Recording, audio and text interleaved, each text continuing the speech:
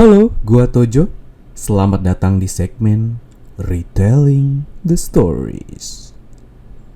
One Piece Chapter 1044, Pejuang Kebebasan. Di lautan lepas Wano, Zunisha masih berdiri kokoh, menunggu perintah dari sang tuan, Kozuki Momonosuke, untuk melakukan pergerakan. Suara dentuman genderang kebebasan masih terdengar di telinga sang gajah raksasa. Apa yang terjadi padaku?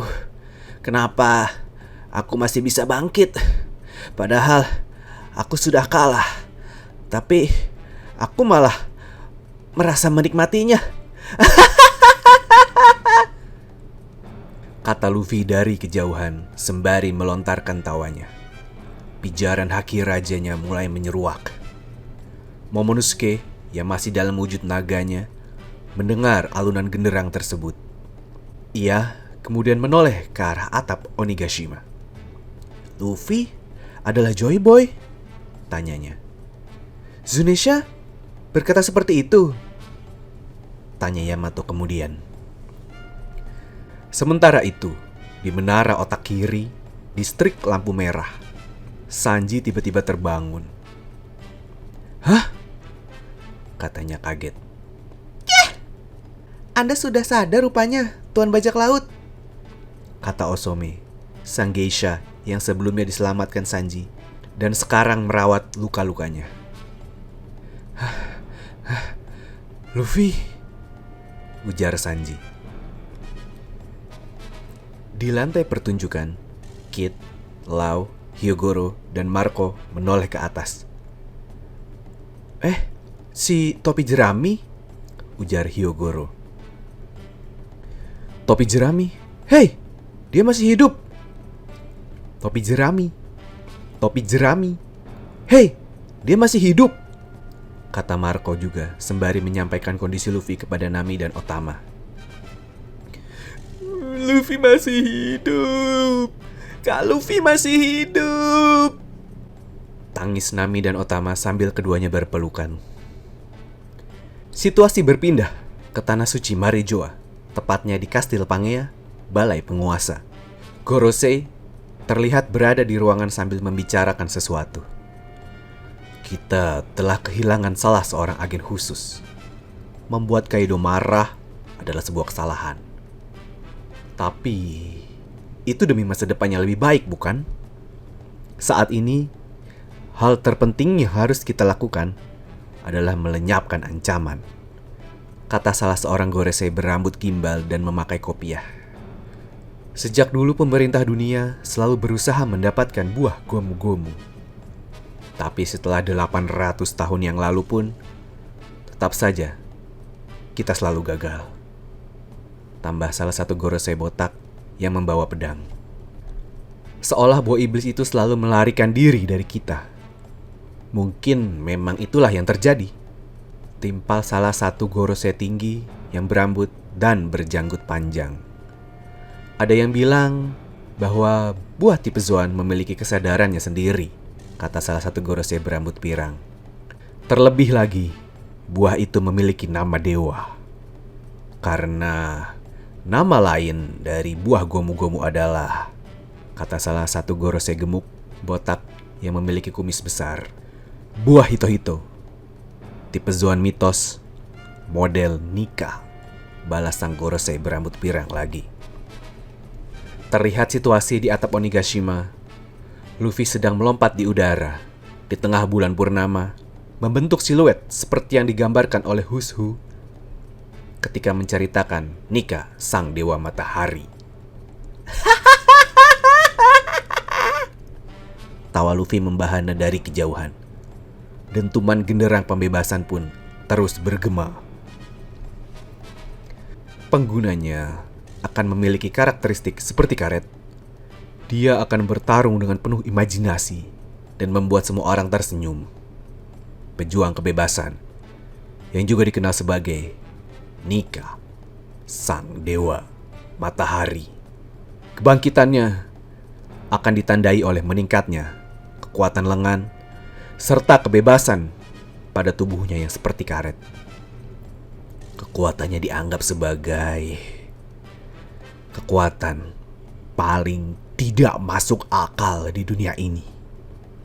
Jelasnya panjang. Di sisi lain Onigashima, di lantai 2, kuil harta, Orochi masih tertimbun oleh reruntuhan dan tidak mampu kabur. Iori! Sejujurnya, dulu aku juga mengagumi Oden. Jadi, pikirkanlah baik-baik. Aku hanya diperalat Kaido. Ayo, kita melarikan diri bersama. Lepaskanlah pasang ini dariku, kata Orochi memohon belas kasihan kepada Hiyori. Kau kira samurai mana yang akan bersedia mendengar kata-katamu setelah kau mengkhianati mereka semua dari belakang? Sebaliknya, ayahku adalah orang yang tidak pernah ingkar janji. Bukankah begitu? Balas Hiyori. Dia percaya pada janjimu dan Kaido untuk membebaskan negeri Wano. Dan terus menari bagaikan orang bodoh selama 5 tahun tanpa mengatakan apapun kepada keluarganya. Tambah Hiyori. Ayahku tidak pernah ingkar janji. Dia percaya pada janji kalian untuk membebaskan semua orang. Dia bahkan bertahan direbus di dalam panci selama 1 jam dengan tubuh yang terbakar oleh minyak panas, ujar Hiyori lagi sambil membayangkan masa-masa saat ayahnya menari di jalan distrik Wano dan ketika direbus di dalam panci. Padahal dia selalu tertawa.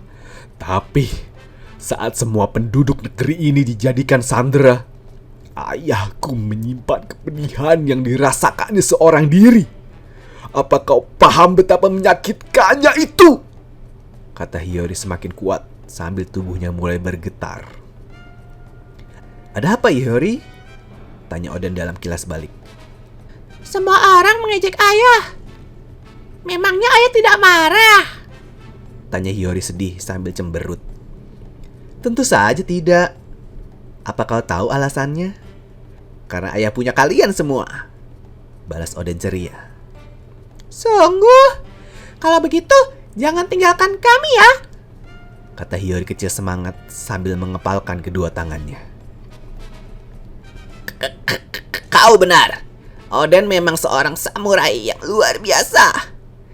Sebagai sesama shogun, kurasa ayahmu pantas mendapat pujian, kata Orochi mulai menjilat. Tiba-tiba, topeng Hiyori terjatuh, memperlihatkan wajah Hiyori seutuhnya. Tutup mulutmu, manusia rendah! Namaku adalah Kozuki Hiyori! Teriak Hiyori marah sambil air mata mengalir deras dari kedua mata indahnya. Pakik Orochi ketakutan. Meski perutku kelaparan atau pakaianku compang-camping sekalipun, tapi selama ini aku hidup dengan menjaga nama baik ayahku. Kau sama sekali tidak pernah bersikap layaknya seorang shogun. Kau hanya orang bodoh yang tak tahu malu. Selagi kau bersikap seperti itu, ada banyak nyawa hilang yang tidak bisa diselamatkan lagi, teriak Hiyori tambah marah. Wah, hentikan! Memangnya kau mau apa? Sekarang yang namanya balas dendam sudah ketinggalan zaman. Lagi pula, meski membunuhku, kalian tetap tidak akan bisa menang dari Kaido, kata Orochi memohon lagi. Dari arah samping kedua orang tersebut, tiba-tiba muncul api kecil, sisa Kazenbo yang ternyata masih hidup. Tuan Orochi, saya telah gagal. Saya sudah tidak sanggup, katanya lemah. Kau Kanjuro? Tanya Orochi. Kau datang tepat waktu. Aku akan memberikan panggung baru untukmu. Bakarlah wanita itu sampai mati. Serang dia. Tawa Orochi senang karena melihat situasinya sekarang malah menguntungkan baginya. Kegagalan seorang wanita setelah penantian selama 20 tahun. Sungguh kisah komedi yang tragis. Apa kau lihat, Hiyori? Dasar remah-remah sisa Kozuki. Inilah kemujuran seorang pemenang. Tambah Orochi lagi puas. Tuan Orochi, kata Kazenbo kecil itu sambil malah mulai mendekati ke arah Orochi. Wah! Jangan malah kemari. Teriak Orochi kepanasan. Ia malah terbakar hidup-hidup oleh kekuatan sang anak buah paling dipercayainya itu. Dasar Kenjuro bodoh. Tolong aku, Yori. Panas! Teriaknya makin kencang. Fajar akan tiba. Klan Kozuki tidak pernah mengingkari janji, kata Hiyori mantap. Kembali lagi ke atap Onigashima, dentuman genderang kebebasan terus terdengar. Aku masih bisa bertarung. Bahkan rasanya aku bisa melakukan semua yang aku inginkan, kata Luffy gembira. Ini adalah titik puncakku. Inilah Gear 5th, ujarnya lagi. Gelombang petir hitam Haki Raja terus menyeruak ke tempat Kaido, di mana ia memulai pembantaian terhadap musuh-musuhnya. Banyak anak buah Kaido yang terkena dan langsung pingsan, mengeluarkan busa dari dalam mulut mereka. Hei, ada apa dengan kalian? Tanya Kaido kepada anak buahnya. Lalu ia menoleh ke atap. Di atap ada seseorang, katanya dalam hati sambil matanya bergidik sedikit takut. Hei, kalian kenapa? Apa ini Conqueror Haki milik seseorang? Dari mana asalnya Haki ini? Tanya beberapa anak buah Kaido yang melihat satu persatu temannya tiba-tiba tumbang. Detik berikutnya, muncul tangan dalam ukuran raksasa langsung menggenggam tubuh naga Kaido. Tangan itu lalu menarik tubuh Kaido ke atas dengan mudah, dan Kaido pun tidak mampu menahannya. Para anak buah Kaido terkaget-kaget melihatnya. Kid dan Lau melihatnya juga. Topi jerami? Tanya Kid. Luffy! Teriak Chopper sambil menangis kencang. Kaido terus tertarik ke atas. Bola matanya terlihat copot dari wajahnya, seperti layaknya tokoh kartun. Setelah sudah di atap, Luffy langsung mengepit tubuh naga Kaido di dalam lengan kirinya. Sementara lengan kanannya ia besarkan, memunculkan otot yang terlihat sangat kuat. Tawa Luffy. Ia lalu memutar-mutar tubuh Kaido dengan mudah, seperti anak kecil yang memutar-mutar sarung. Bola mata Kaido kembali lepas dari wajahnya. Mulutnya menganga lebar, lidahnya menjulur. Dengan sedikit gerakan lagi, Luffy lalu membanting-banting tubuh Kaido ke tanah. Kepala Kaido menghantam tanah dengan keras sampai membuatnya memuntahkan darah.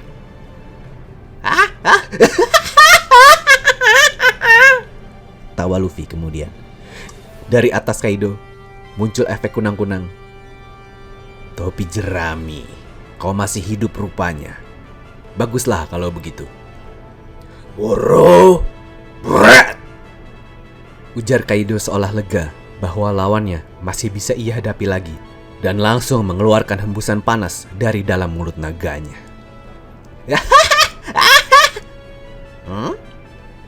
Luffy tetap tertawa terpingkal-pingkal di tanah sebelum ia langsung menyadari serangan dari Kaido itu.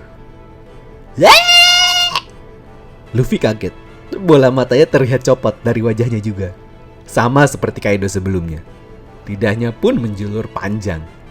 Namun dengan sigap, ia menggenggam tanah di bawahnya, menarik ke atas, lalu membuat bolo breath tersebut mengenai tanah tersebut.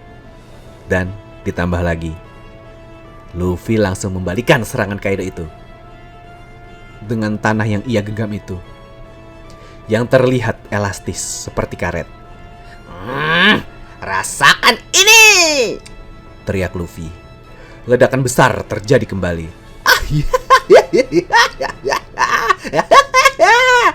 Luffy kembali tertawa terpingkal-pingkal. Tangan kanannya menutupi matanya. Rambutnya terlihat terbakar seperti api. Bajunya memutih, selendang asap seperti dalam wujud Gearford-nya, masih ada di sana. Namun, tubuhnya layaknya tubuh Luffy dalam wujud normal. Aku minta maaf atas perbuatan si bodoh yang tadi. Aku juga tidak ingin menang darimu dengan cara seperti itu, kata Kaido. Hihihi, jangan dipikirkan. Ayo, kita selesaikan pertarungan ini, kata Luffy sambil tersenyum. Bola matanya berubah melingkar hitam, seperti desain pada buah iblis.